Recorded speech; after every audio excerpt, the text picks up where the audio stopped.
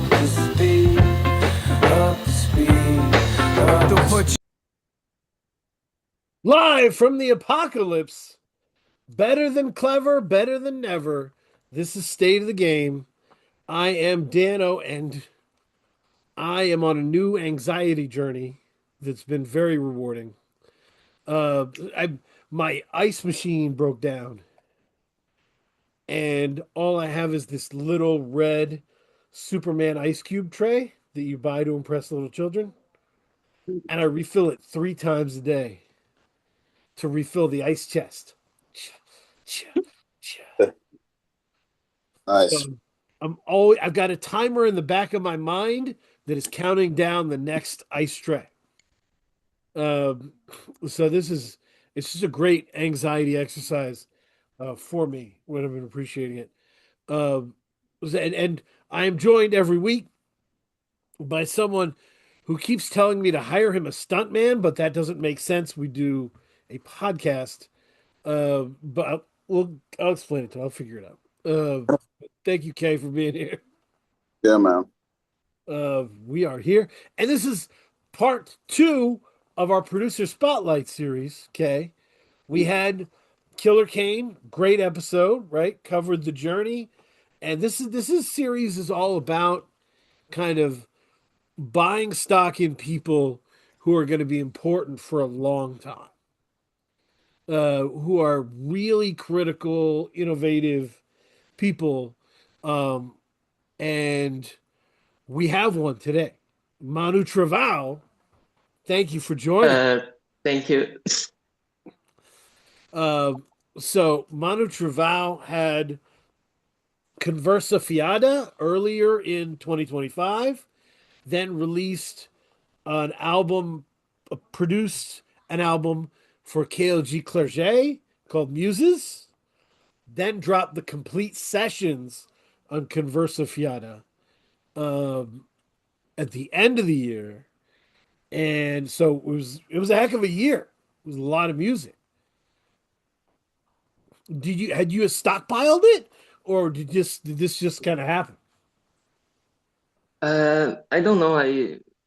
I think like they both the it's like 3 projects, but it's only 2 really. Right. The 2 projects were made in the same period of time, like between beginning of 2024 and like the middle of 2025, and like I don't know, it was a strange process. Like some of the songs when I dropped them, they were like they were made for like 2 years, almost 2 years. They were just waiting, and some of the songs they were made like a week before the album dropped. Wow. So I don't know. I was just freestyle. That's for the complete sessions version, right? Yeah, and Muses also. Oh, wow. Okay. That's dope. Wow. That's beautiful. And that's kind of one of the things that I think is so cool about the music is that while it is jarring, there's a lot of like jagged sounds involved. Yeah. It's very freeing. It's a music that sounds like freedom in a lot of ways. To me, like, Mhm. okay, the best way I would describe it, right, is every song has like a real spine to it, you know, a real kind of melody that casts the stage for it. And then chaos happens, right? Controlled chaos happens, and you get overwhelmed, but the spine of that melody is always there. So you start there and end there, and it's never not tied together, if that makes sense. Yeah, I would agree with that. I mean, I think that's a very fitting description of it. I think, Yeah, it doesn't stick to a form. It's almost like you said, Daniel, you start with an idea and then you let the idea musically develop into wherever it's going to go organically Yep. in an interesting way. So yeah, it reminds me, Kay. I don't know. I may have told this story to you a million times or never told it to you. Either way, Right. I would retain it. But the first jazz song I ever heard was that I ever paid attention to was "So What" Mhm. from Kind of Blue, right? Yeah, Miles And, Davis. Yep. and the crazy thing was, so this wasn't just me pressing play on it. My buddy Yuri uh, kind of played it and talked me through it. And his description of it was what happens is all they start with is do do do do do do ba. That's it. They start with that. They do that, and then it goes wherever it goes. Yes. Comes back to do do do do do do do ba. And so that was kind of how jazz was explained to me in a little bit, right? Like we have what we start with. We have the idea. We let it grow wherever it needs to grow, and we come back to where we started. And yeah, we've had our freedom, and we've had kind of our structure too. So there was a lot of that present for me in stuff like Linda Rodriguez and like Mhm. just songs that like yeah felt like everything was happening, but it never felt like it was off the rails. Yeah. Yeah. Mhm. Uh, I think, yeah, it was kind of the concept of the album to make to make rap beats, but with like jazz structure. Like I wanted to make beats that were like structured like jazz songs. So yeah, that was the point. That's awesome. Yeah. And where did that? I mean, that's an interesting idea. Where did you get the idea to do that from? Um, a couple of things, I think. Like when I started making beats, I know like one person that rapped, and like he didn't rap over all of my beats, over all of the styles I could make. He only rapped on like the slower beats, the Oh, like okay. more grimy beats, but not everything I could do. So I just like I my thought process was I'm going to make instrumental music right now because no one wants to rap on it. I don't know anybody that wants to rap on these beats. I'm going to make instrumentals. So I would make them more complex and more intricate because if they weren't intricate, I wouldn't listen to it. I wouldn't drop it. So I have to put a lot of details if I want to make instrumentals.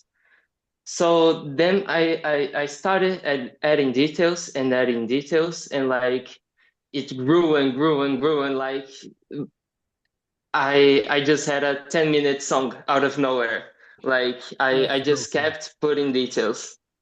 So you created the beats when you first created them. You created them out of like the joy of it. You didn't think that anyone's gonna rap on them. You just created them because those were things Yes, that you wanted to hear. Okay, yes.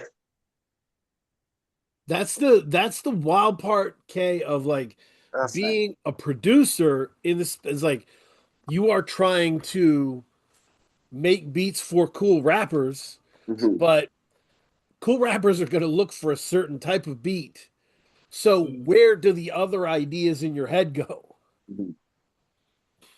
Yes, and I think that's why talking about Muses, that's why the album with Clerget worked so well.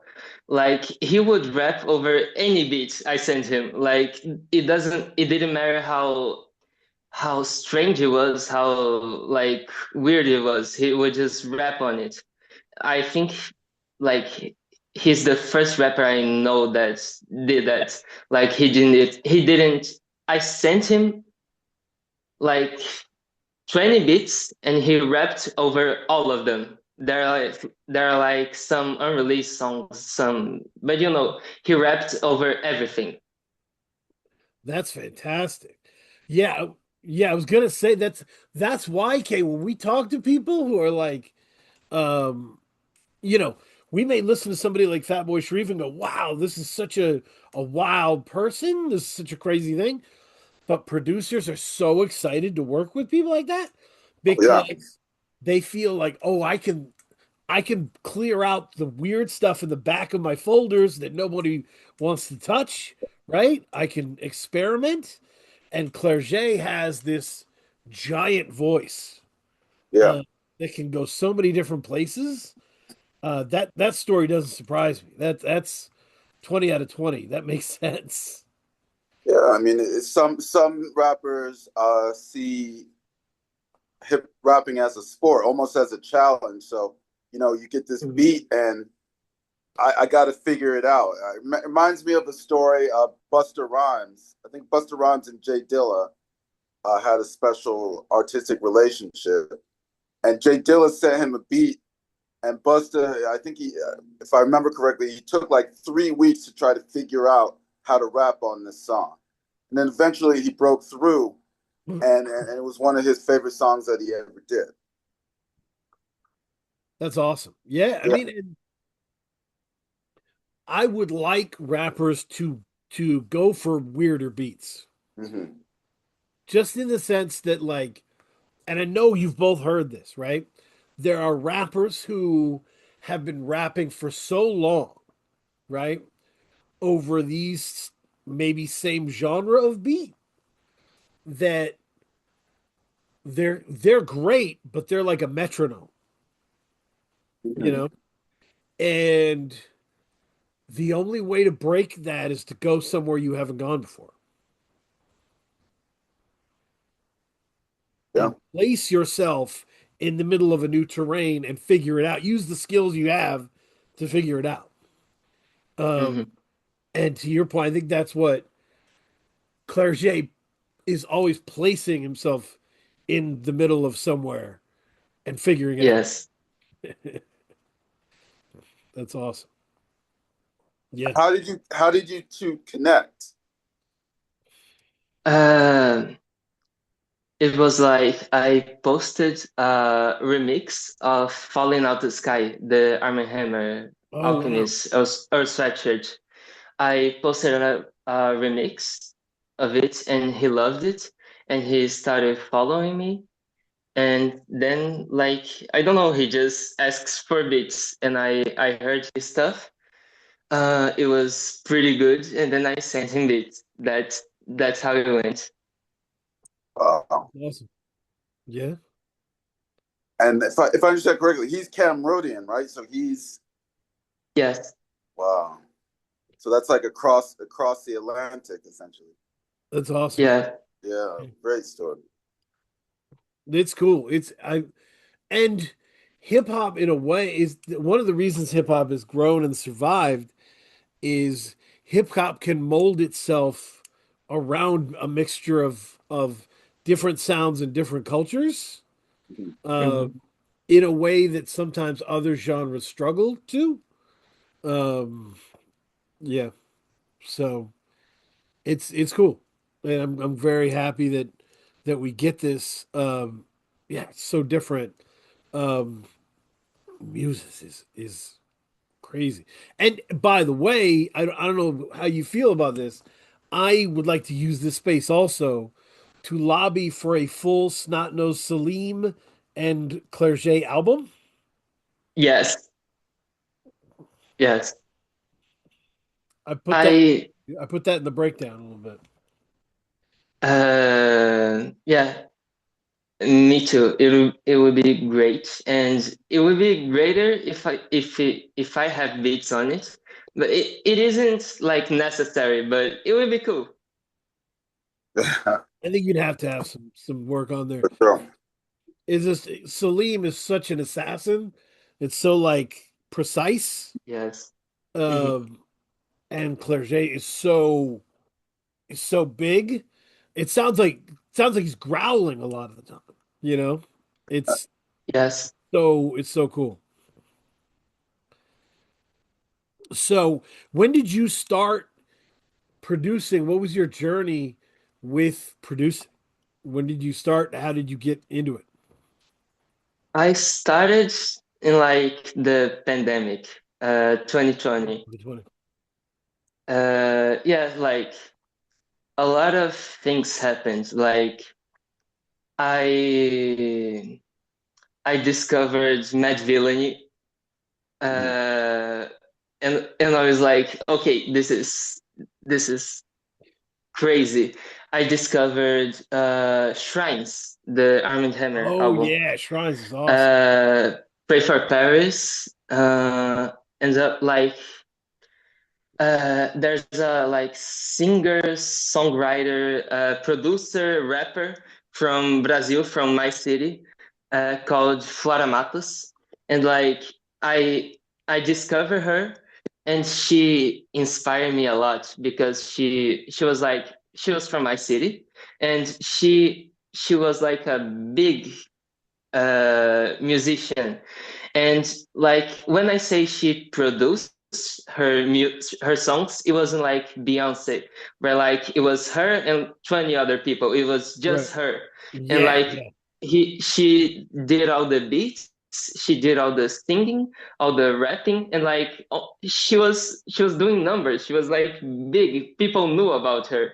So like it was kind of inspiring. Like you can do this just by yourself if you can, if you don't like know anyone.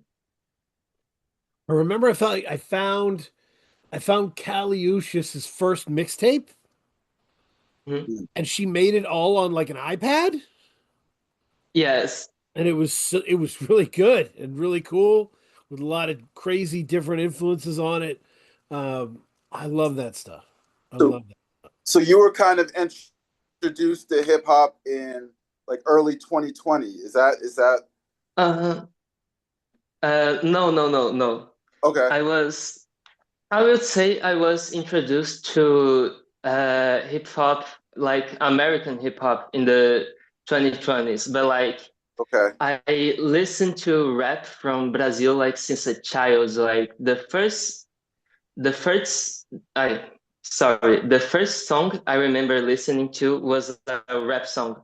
Was like 8 minute rap song. Like it was 3 minute verses. It was crazy. Anyways, I I've always listened to rap. Just like in the pandemic I started listening to it in English, I Okay. think. And like sonically, it's really different. It's like another word, basically. Hmm. Yeah. How would you describe the differences between Brazilian rap and American rap and hip hop?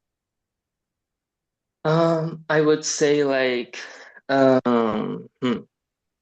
first of all, like I think I don't know, like I might be wrong on this, but like uh, rap from here is a lot more political. It's a lot like focus like on like basically class consciousness, like on it like it wasn't like music for partying, and it wasn't like gangster rap either. It was like to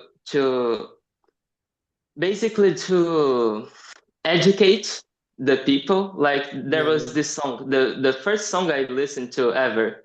It was this song about a massacre that happened in a prison, like where like 100 people were killed, and like the song followed the story of a like a random prisoner, but it was like so vivid and like talking about the prison system and like all of this stuff. So I think rap from here is a lot more focused on, yeah, the conscious side. I don't know. yeah, Yeah. sure. Yeah, no, I think in America, market forces kind of created these divisions, right? It's Mm-hmm. almost the way I would think of it is like if you walk into an American toy store, it's going to be like the boy section, the girl section, right? The dolls are over there, the action figures are over here. And it's still like that. You know what I mean? Um, and the market forces created divides like that in rap music where it's like, here's Common and he's wearing corduroy and he's thinking about his life. And here's West Side Connection, and they're not going to take it anymore. And like they kind of put everybody in different aisles. Mm-hmm. This is for the club. This is for um, and to the cost of what you're talking about. Like without those divides, you can have an organic conversation within a community. Mm-hmm. Yes. Like a lot of the songs, like the most famous group from Brazil is called Racionais. They started in the like I think 89. Hmm. They started like late 80s, early 90s. And yeah, they have songs about like from the they're they're mostly storytellers. Hmm. I think that's another big difference. There are a lot more of reps telling stories, like beginning to end, on here. As I think in the US, it's more about a theme or like a theme throughout the song, but not a story. Right. Yeah. Yeah.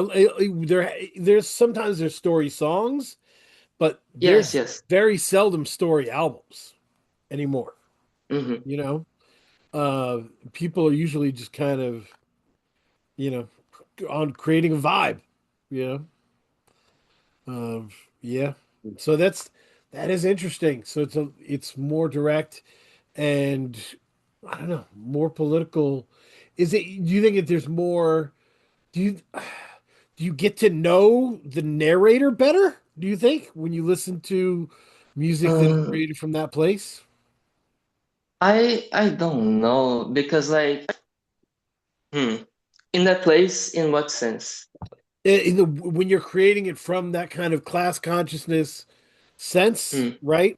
And organically from a community, do you think you're getting to know the personality of the person speaking better? Or do you think these I kind of think less linear kind of scatological albums get you closer to who's rapping? hmm, I I don't know. I think like hmm, I don't think it's a question of like knowing the rapper better. I think it's like you get to know the characters better because most of the times they aren't rapping about themselves or their life. They're Mhm. impersonating someone. So like I don't know, but they always like Racionais at least. They always put like a little bit of their own opinions about the story, about Mhm. about what's happening and why it's happening.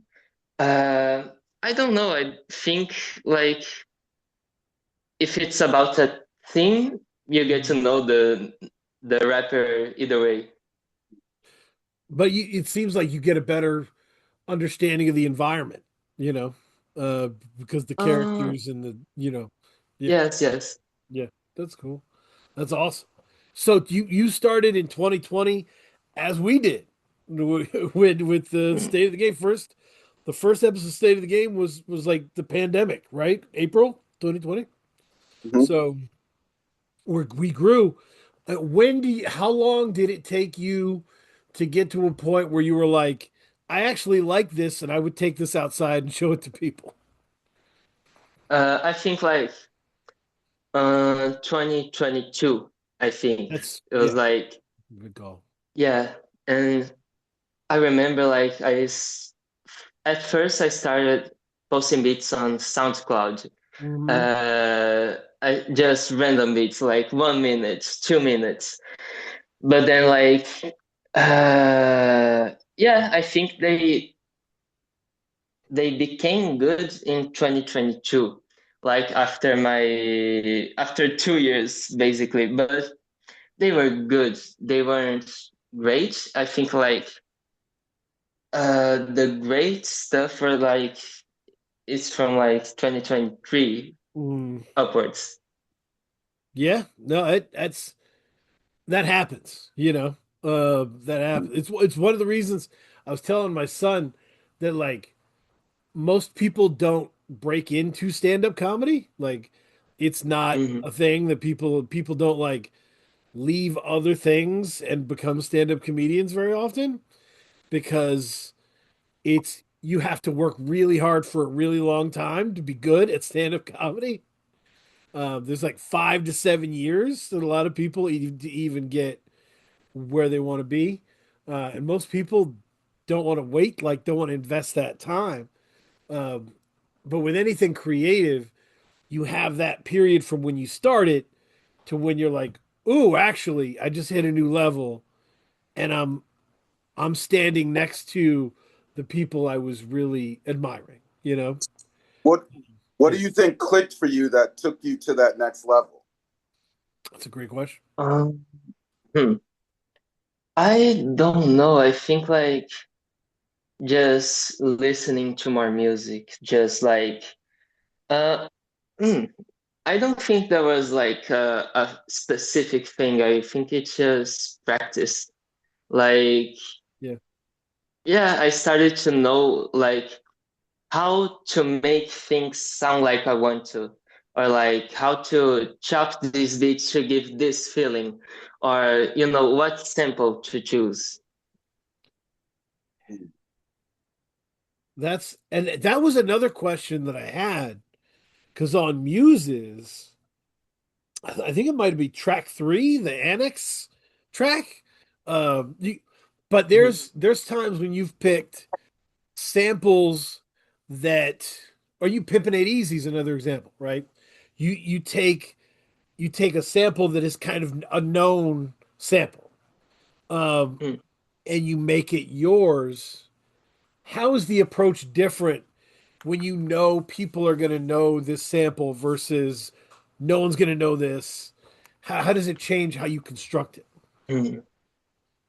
I think it's like the when I choose like unknown samples, it's like it's from solely or okay, I won't say solely, but it's like mostly just aesthetic purposes. Like Mhm. this sample sounds good. It would sound good if I did this and this and this. Sometimes like it has the song is about something and like this inspires me to make like a beat about this and this and that and with that feeling. But with a non-sample, it's mostly like paying homage.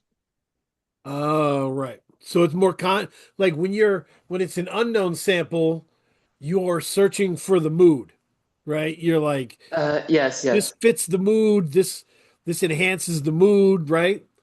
And when it's a no one, you're like, all right, we're doing a thing here. And it's almost like Yes. when a singer does a cover, and they're like, Hmm. I'm gonna make this work really well, do my version of this thing. But they know what they're doing. They know the world they're entering into. Yeah. So that Yes. makes sense.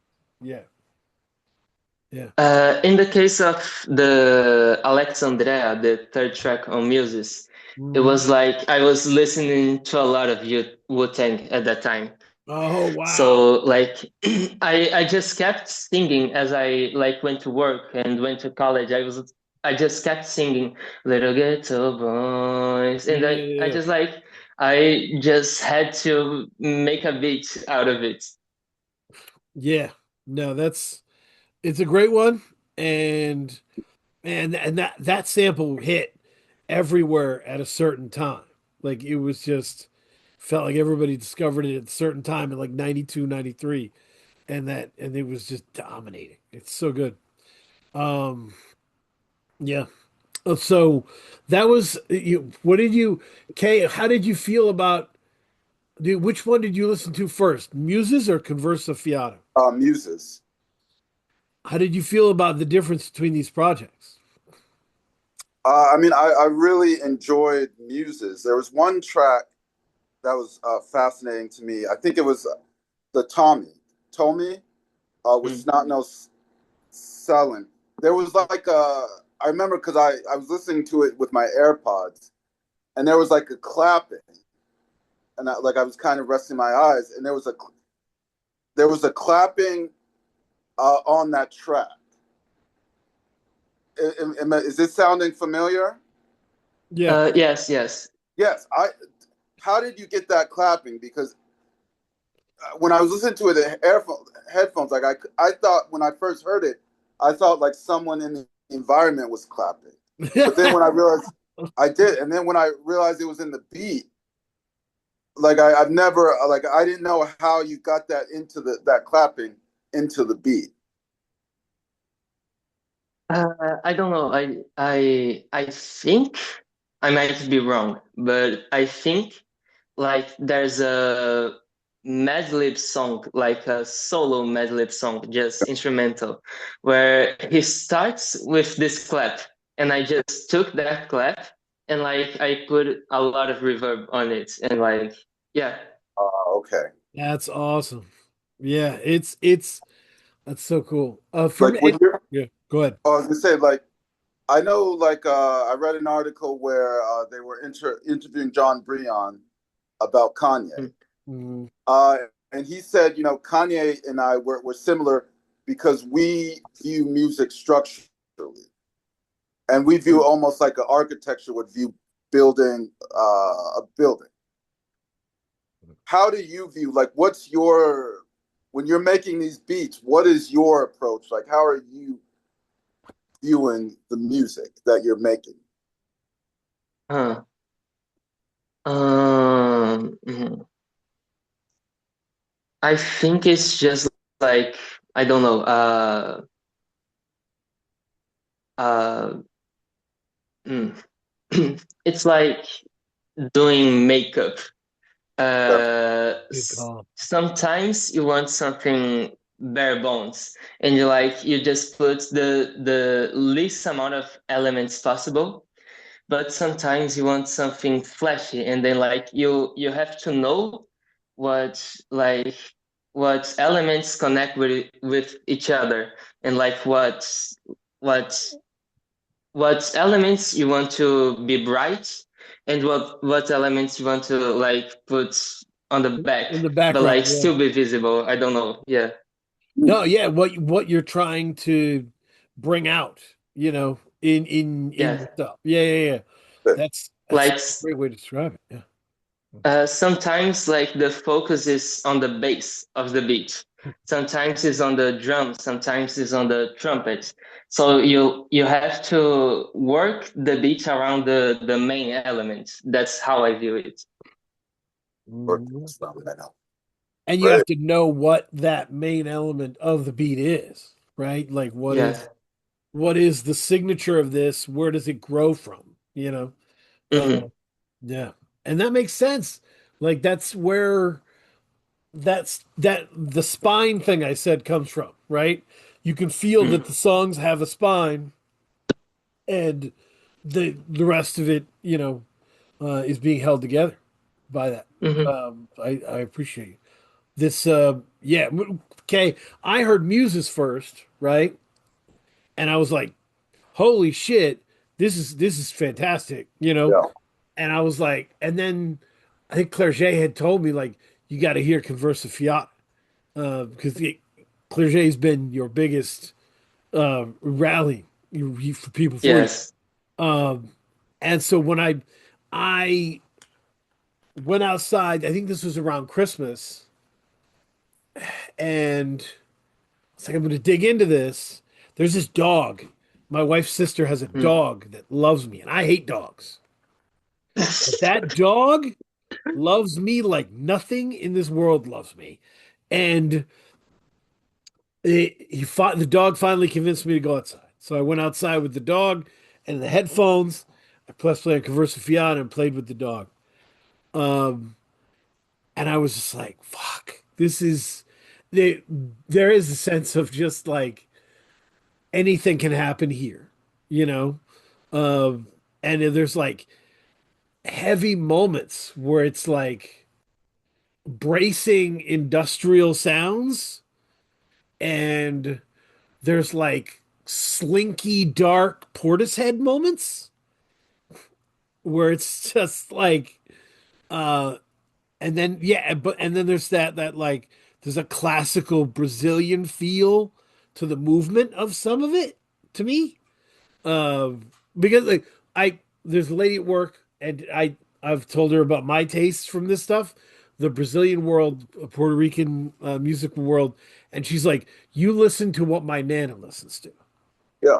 So I mean, that's me, my taste on yeah, I mean, Brazilian music, I think, I shouldn't say, I think for most, but outside of Brazil, I always associate Brazilian music with bossa nova, like that very, very Mm. smooth. it. A lot of people.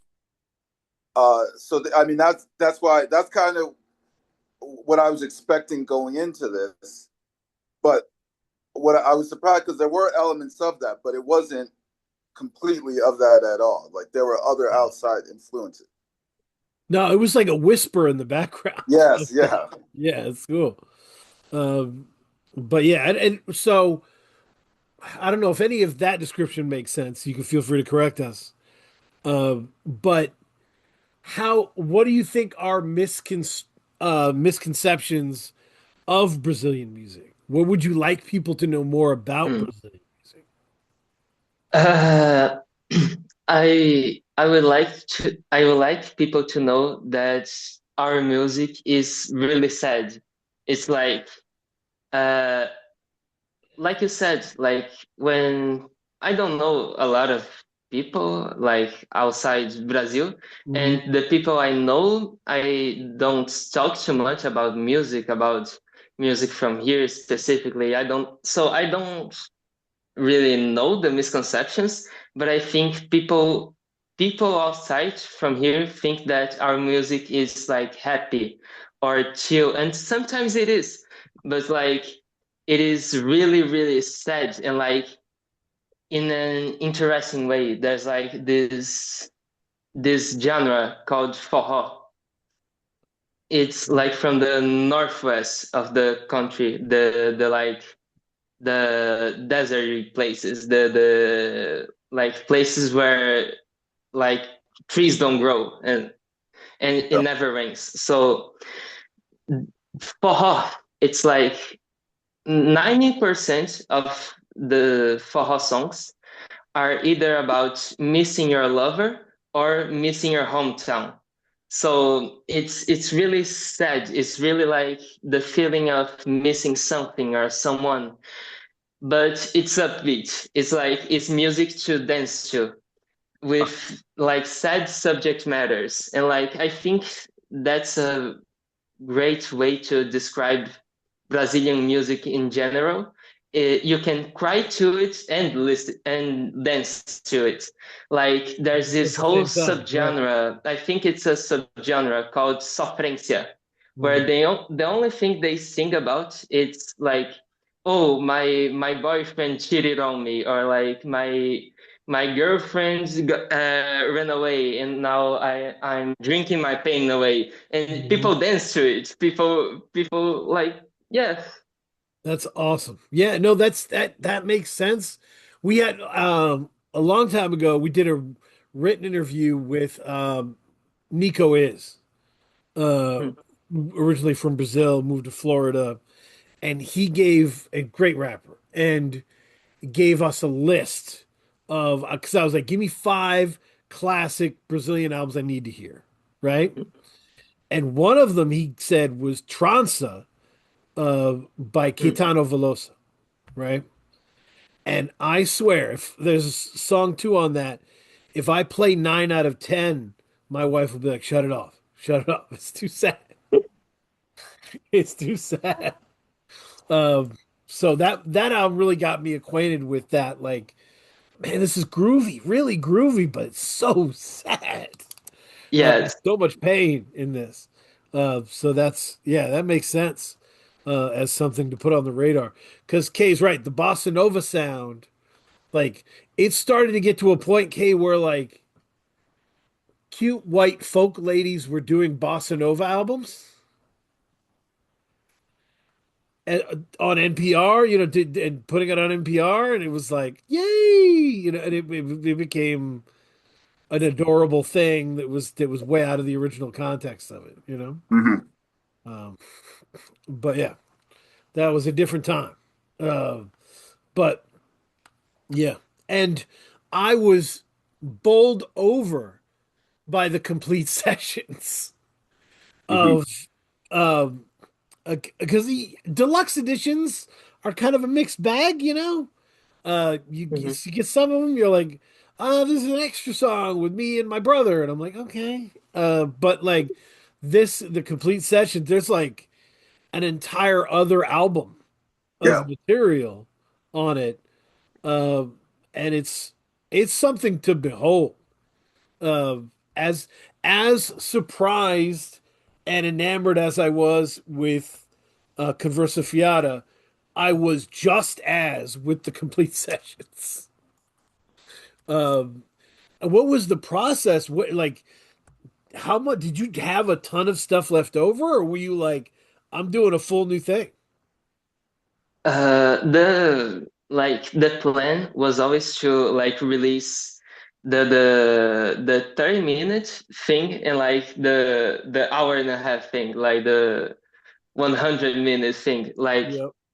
I I was really inspired by jazz albums and like uh they were like, you know, uh 4, 5, 6 songs, but it was like a Mm. complete album. It was Yep. like Yep. 35 minutes, 40 minutes. So I was trying to do that, but I also love like big albums. I also love like Miles from Blue and Exile. Like I love Yep. like albums that leave me tired when I listen to them. Uh huh? That's such a great distinction. That's Yes. such a cool And like distinction. Yeah. Thank you. That's awesome. and it was like, yeah, I want to make both. So I did. Oh man, an album K that leaves you tired. That leaves you tired, but the good tired, like the after the workout tired, where Hmm. you're just like, holy, Yes. I did something there. When you said it, I knew exactly what you meant. Yeah, it's like, oh yeah, yeah. Then that's different because Kate, we're always talking about concision nowadays, right? And like making it making it tight, no Right. fat, yada yada. Um, Well, I mean, I feel like the American attention span has gotten shorter. mm, mhm. I mean, so that kind of brings a question. Like Brazilians, Mm. maybe this is just a general question. How do Brazilians listen to music? What is like growing up? What was your relationship Mm. with music? The listening experience. Uh, I don't know. It was like I don't think my experience was like the average experience because my mom she loves rap. She listens to a lot of rap. And my father, he listens to a lot of rock, and so like, and they were both like always trying to like put this put music into my routine, my like diet. So like I grew up listening to a lot of music, a lot of different music. Uh, but like you listen to music when you have a cookout, when you have like Mhm. when you're partying, when you're I don't know birthdays. You listen to like samba. You Mhm. listen to pagode. You listen. I don't know.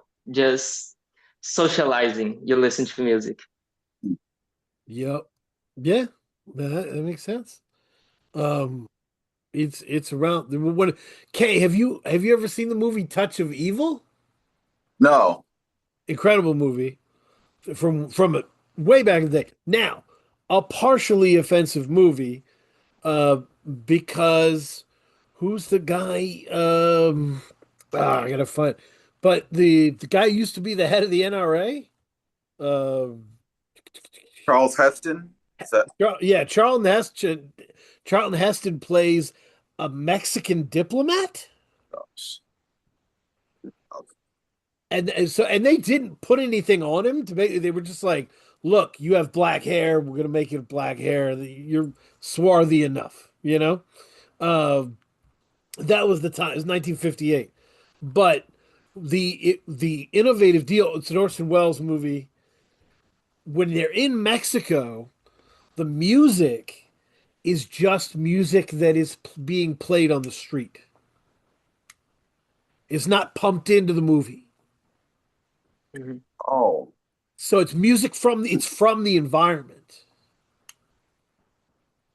interesting. And it changes the way the movie feels. Because like when you're going through Mexico, that's how you're gonna hear music. Like it's different. So it's cool. I'm gonna have to And check it out. you gotta check it out. It's good. Uh, but yeah, we're so yeah, I think it's cool. That's yeah, to develop music, a relationship with music your own way. Um, and well, so in 2020, you start making these beats.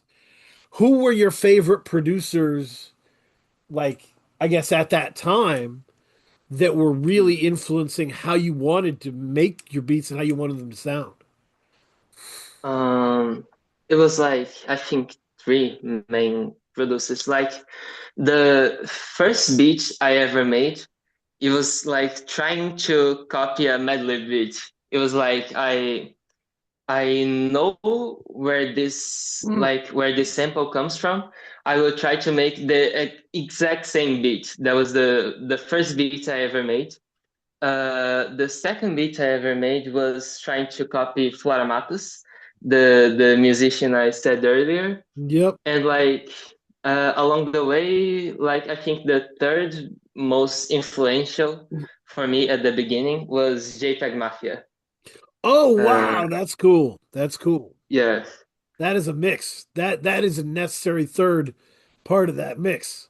Because JPEG was really brilliantly maneuvering in the sounds nobody else likes, like landscape. Hmm. Like I'm gonna take a bunch of stuff that you think is painful to hear and make it something you love to hear. Um, and that was yeah, JPEG was doing that. So that is a great combination. When you said when you said the Mad Lib drum part, I was like, oh, the Mad Lib connection makes sense. Because what I'm talking about in terms of sounding like freedom, nothing sounds like freedom like that run of Mad Lib instrumental projects. Uh, because he was one of those guys like you've heard the stories of Kanye going like days working on one kind of part of a thing. Right. Madlib did not do that. Madlib was running and gunning.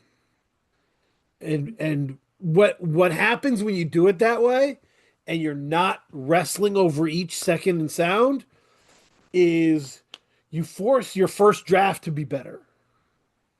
Hmm. Your first draft has to get better now. Your second draft has to get better now because it's going out, you know? Yeah, I Um, mean, your so your they first draft is closer to the idea that's in your head originally. and eventually if you're that good, Yeah. their first draft is better than their 25th draft. So that And was I think yeah. Go ahead. Sorry. that goes along with the jazz idea. Like some songs I was trying to like make it sound like it's improvised, but it's like made in my computer. Mhm. I was just like sometimes it had like a method, but most of the times it was just like clicking buttons and like I would put this thing there, and there, and like pray it sounds good. Mm. That's so cool. That's so cool. That like Kate, when we had that end of year 2025 show, right? Mhm. You know, Rap Name was on it because he has his own no podcast name show where he interviews producers, talks to Mhm. them about their process. So many of the producers, a child actor comes to mind, Yeah. where child actor was like, the important first step for me is shutting off quantizing and not quantizing anything and just finding my own rhythm and like, and taking responsibility for that, um, and being able to throw all these things in, and challenge the foundation of the music, but keep it solid. That's really it's fun to do, and it's fun to hear because it's so different than what everybody was doing. Um, yeah. Did you have any surprising moments? But by the way, Kay, you got to say Fiada's 5 tracks, the complete session's 15. Yeah. That is not a thing. That is that is not nobody does that. That's fantastic. And you go from, 13-minute song to a 2-minute song, right? You've got all kinds of different variation here. What stuck out to you in those two, the Conversa Fiata and the complete sessions? Was there anything that really There's a song with the Marvin Gaye. It's like that Marvin Gaye loop. He said Marvin. You know what I'm talking? an 8 easy alternative to? Yes. Yes, and I thought that was the embodiment of the project to me, like that looseness and that fun, uh, accompanied by really Mhm. complex, free flowing music, structurally free flowing music in the Yeah. background. That I can never say this word, spontaneity. Is that Spontaneity, yeah. yes? But like in a very polished way, not like it's this polished spontaneity. Yeah, yeah. I'm glad to hear you say that you were listening to a lot of jazz. Um, because there's moments I was thinking of, and boy, am I bad at saying stuff in other languages. So forgive me. I'm gonna work on it. Don Condo No Inferno, track Mm. 9 on the complete sessions, where there's a real great jazz songs have that build that's beautiful, and then they crest, they go, there's a breathing out, and that song really does that. Like that's it really does have that kind of breathing to it, to the way it Mhm. works. And it's beautiful. It makes the somber moments, the quieter moments so powerful. Um, yeah, yeah.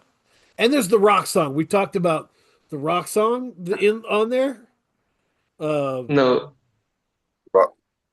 which one? Which number is that? The the 10th. 10th. Yeah, but yeah, Batam Vermelho, Cara Palida. That song is awesome. That's a fun time. Um, yeah. And I was left, Kay, with all this music, and that being the freer space of like, wow, how much of this could you give to an MC? You know what I mean? How much of this would work? Like, how would like Andrew sound over this? You know what I mean? I was just like in my head, being like, wow, this is different. Or Curly Castro over some of these beats. Like, I was just like, wow. So, I really, I'm very happy that you have now that you have both lanes open. You know, was Muses the first full album you did with an MC, or are there more? Yes, yes. It wasn't the first time I tried to, but it was the first time it got released.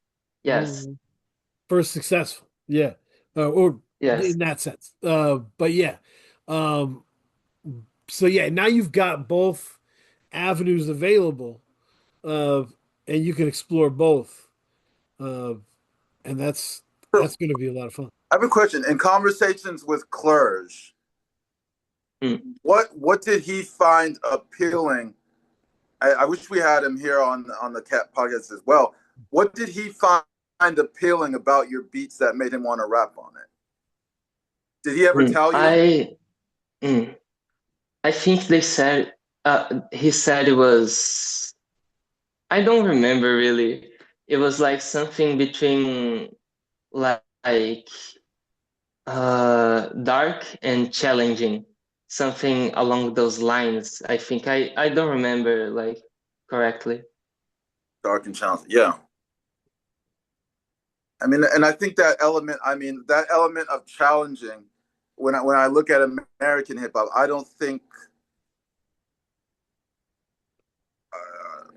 I don't think that American rappers are challenging themselves as much as they should.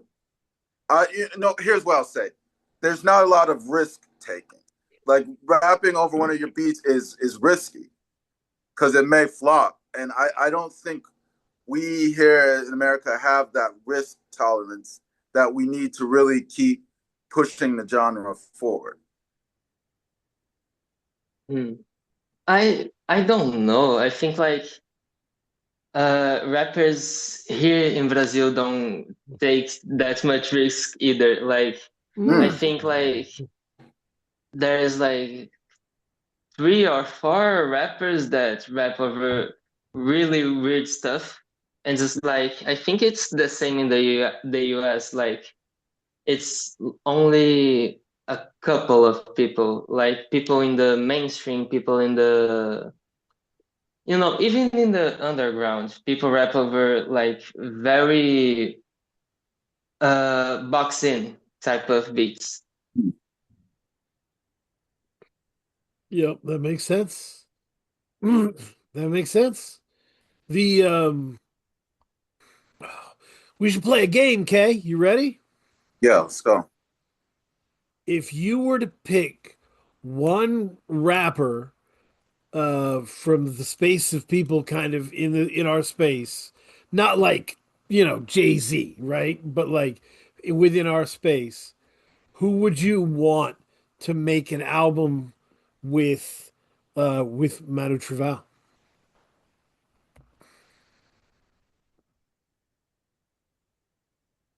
I think okay, off the top of my head, the first thing that came to mind was probably Shrapnel. Oh, Shrapnel's good. Yeah, I think because they seem like the type of group that would take risk, and at the same time, I think their voices would sound really interesting over beats. That's a good one. That's a good one. Uh, so yeah, my first thought was Elucid. Yes. Elucid would be very comfortable on these Yeah. beats, right? Like, loves a challenge. The stuff that Elucid released before people knew about everything is wild as hell. Like so many different Yes. crazy things. So there's no sonic bed that's going to scare you loose, Um, that's my one. I think my number two might be Black Chai. Mm-hmm. I love Black Chai. That would be dope. Yeah. Do you have any? Manu Trovão. I think I don't know like if I would fit like Shrapnel's vibe throughout the whole album. I think like Frame Rock solo it would be Okay. better, I think. Like not that Curly Castro is bad. It's just like Shrapnel as a group requires a certain like Adrenaline a level. thing. Yeah. Yes, that I don't think I have like for a full album. So, but I think hmm, probably I forgot the name. I had a name. Uh, Oh Fast yeah. by Sharif. Yes. Oh, Sharif. Yes, yes. We Yeah, were talking I earlier. like my dream right now is to like make an EP. It don't have to be an album, just an EP with Five by Sharif. Yes. Yeah, that's awesome. That would be fantastic. And Sharif would be so comfortable. I mean, preaching in Havana, right? Very much. Mm-hmm. Uh, you know, in yeah, this is awesome.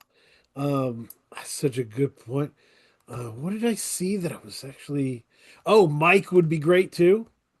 Mike, Mike? Mike would have fun. Yeah. Yep. Maybe. I think Probably. I think that would be good. But yeah, no, it's dope. So yeah, but I'm excited for the future of your sound, right?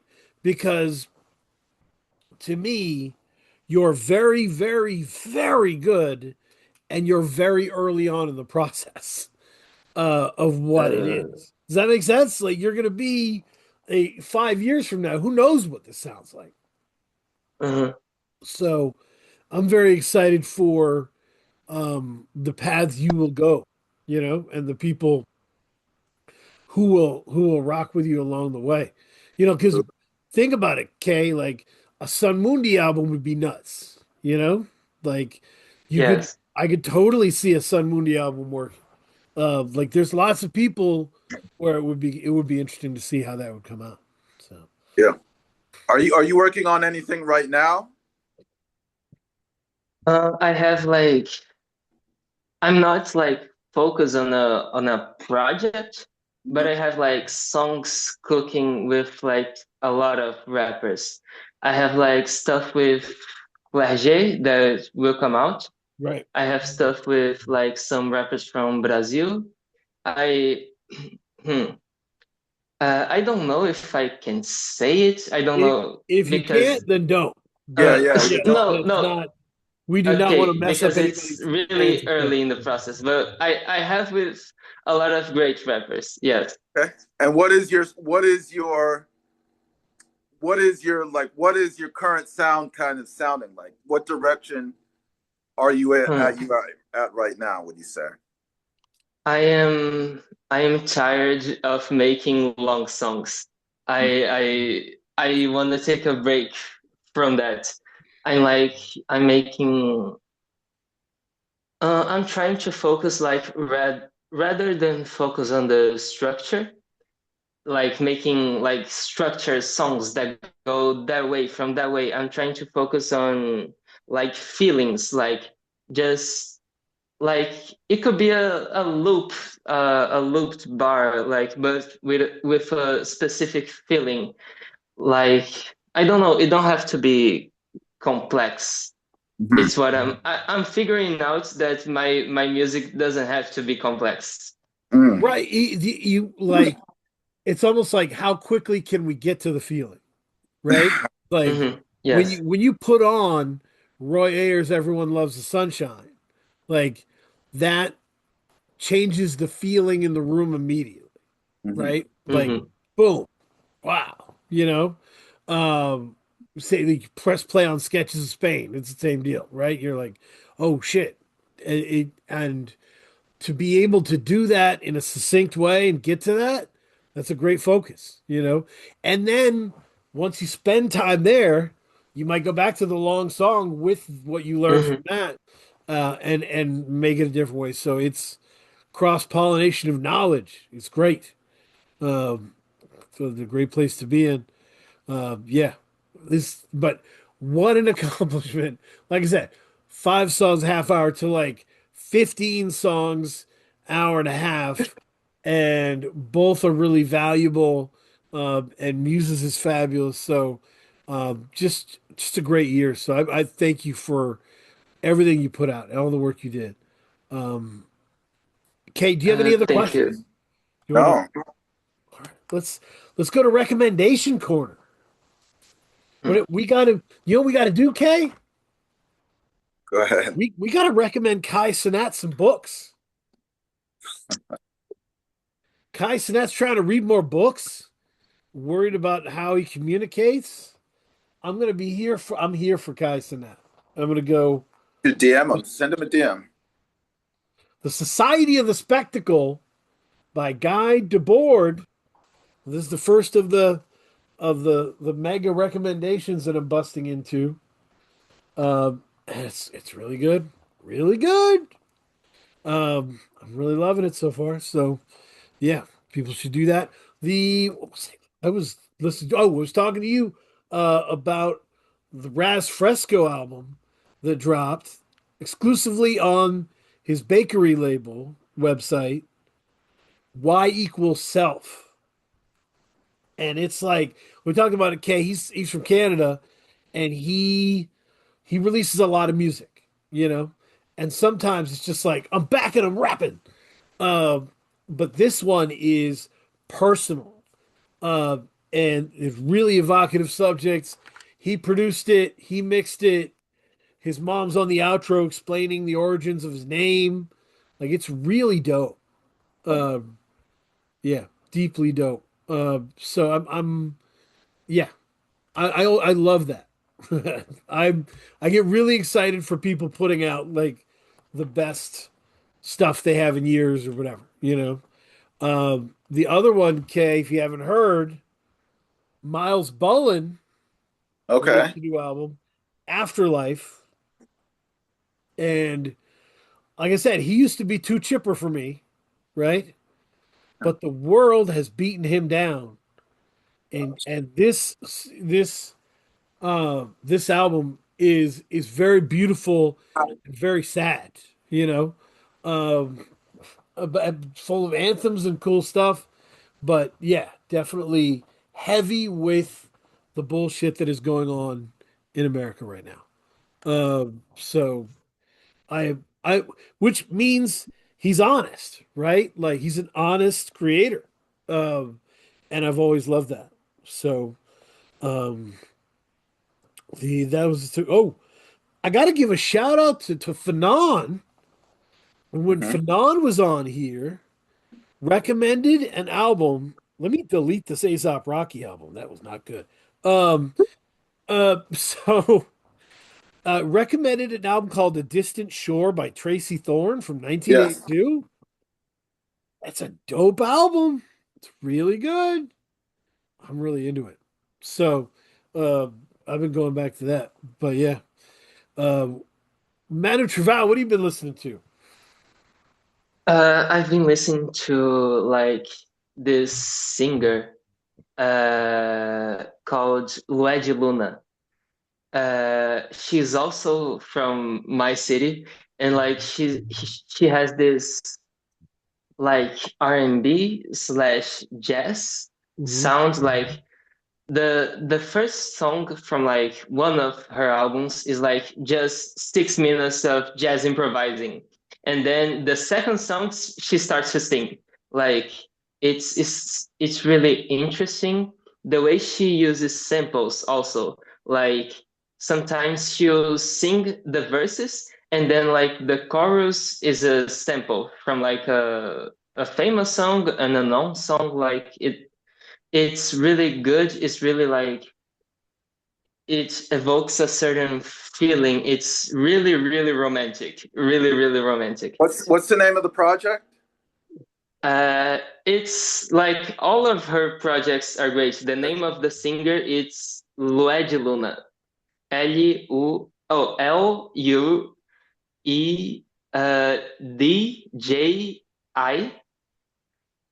space Luna. Okay. Oh, good. I'll Beautiful. check that out. Yeah, I'm always into that. Absolutely. Yeah, that's a And that's a good combination. also, I Ooh, feel, some of these covers are oh, cool. Some of these covers. yes, she's really good. Also, I've been listening to a lot of Tribe lately. Oh, Uh, man. I I don't know. I never liked. I always liked Low End Theory and Yeah. like the Love Movement and Yep. like their latest joint like Yeah, yeah, yeah. 2016. But like I never got into Midnight Marauders until now. Now I think I'm starting to get it. Yes. I love that. I'm so glad because with there is kind of a divide for people.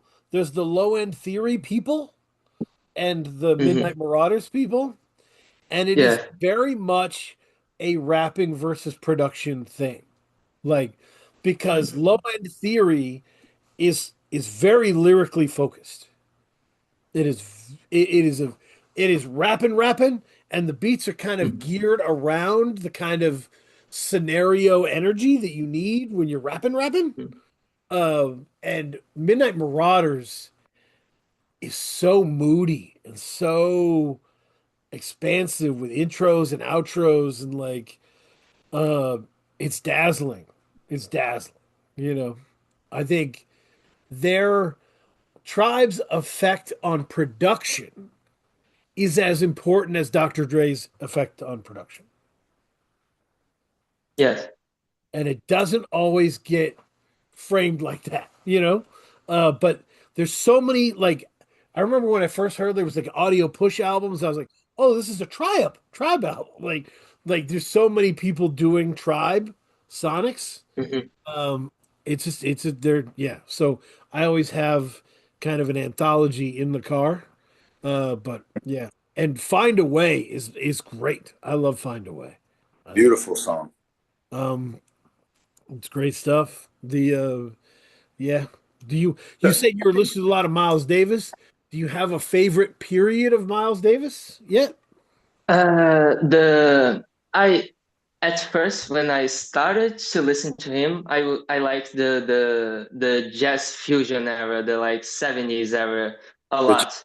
But like I'm starting to like gravitate more towards like the era just just before that, like the I don't know, Nefertiti or like Okay. Filhos de Kilimanjaro, like that era. I don't know, late 60s, mid to late 60s. Yeah. My favorite, the one I go to all the time, is a weird one. And I think Mm. it's really just me and my friend who have this. He's the one who pulled me on. He was like, the one you need to dive into is Porgy and Bess. yeah. It's a great one. It's a great one. Porgy and Bess is so emotional. It's so it like drips with emotion. It's the perfect example. My jazz teacher said like Miles knew he couldn't go crazy on the trumpet like everybody else, so he Hmm. slowed down and figured out where to get the emotion out of the notes. And to me, Porgy and Bess is kind of the height of that. I love that album. His Um, albums with Gil Evans are always great, are yeah, always like standouts. standouts. Yep. What is your favorite go-to Miles, Keith? Yeah, so my that was gonna be my recommendation. So he did I've got the info right here. So he did a soundtrack for a French album in 1957. And I'm gonna it's called Accenture pour l'effort. Oh, And that's my favorite Miles project. That's the one that I mean everyone loves Kind of Blue, but that's the one that I keep going back to. that's the coolest thing about Miles is like Yeah. you can just fall into an album that you don't think anybody else knows or cares about because he has so much. Yes. Yes.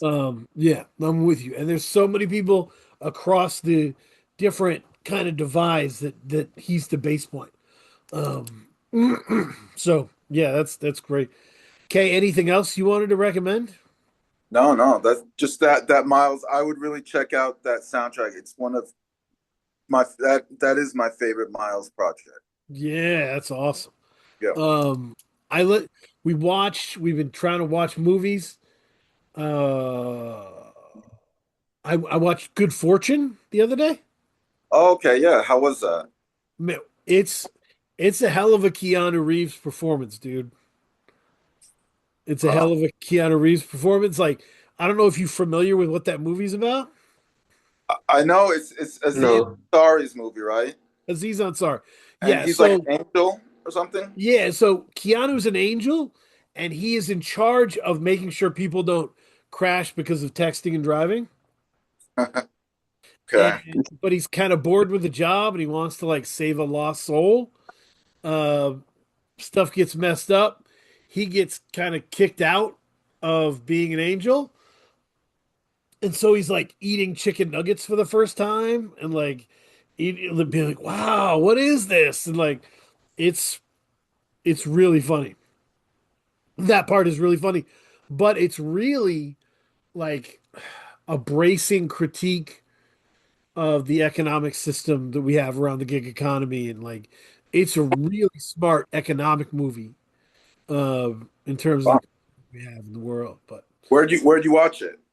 was it the Amazon? Just Amazon. Okay. from Amazon. But yeah, no, it's really good. Yeah, and my son's enjoying the football. He hates Josh Allen to an unhealthy level, like the Buffalo Bills quarterback. And so the Bills lost, and he's on cloud nine. He's feeling great about it. So, yep. And our fantasy team is gunning for number one. We're doing Yeah. it. Doing it. We'll see what happens. But yeah, this is another note. Wanted to put a note on the thing. You know, I wanted to send love. It was Cozy was talking to me on Discord. Had listened to the Armand Hammer Armand Hammer interview, and said the story about Elucid bringing his future wife to a show that there was literally no one at. Um, he said that's such a state of the game story that's like the only place you would get a story like that. And it was like, yes, like it's very cool to have people that follow your work who understand it, like understand the intentionality behind what we're doing. You know, there was a reason I started that interview with the first question being like, what was the lowest point you were at? Because they are so beloved right now. I wanted people to be Yeah. able to see the bottom, to be able to get a full picture of the journey, you know?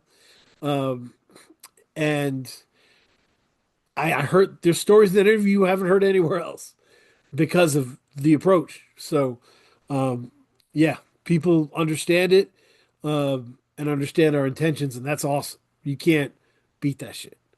You don't want to be stuck with an audience that you don't like. So it's cool.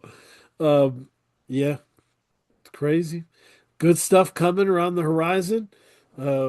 Yeah, appreciate you. Follow Manu Trovão on Bandcamp. Yes. Follow on social media. Great social media file, great album recommendations. Yeah, follow it. Follow it. Hit the like, subscribe button.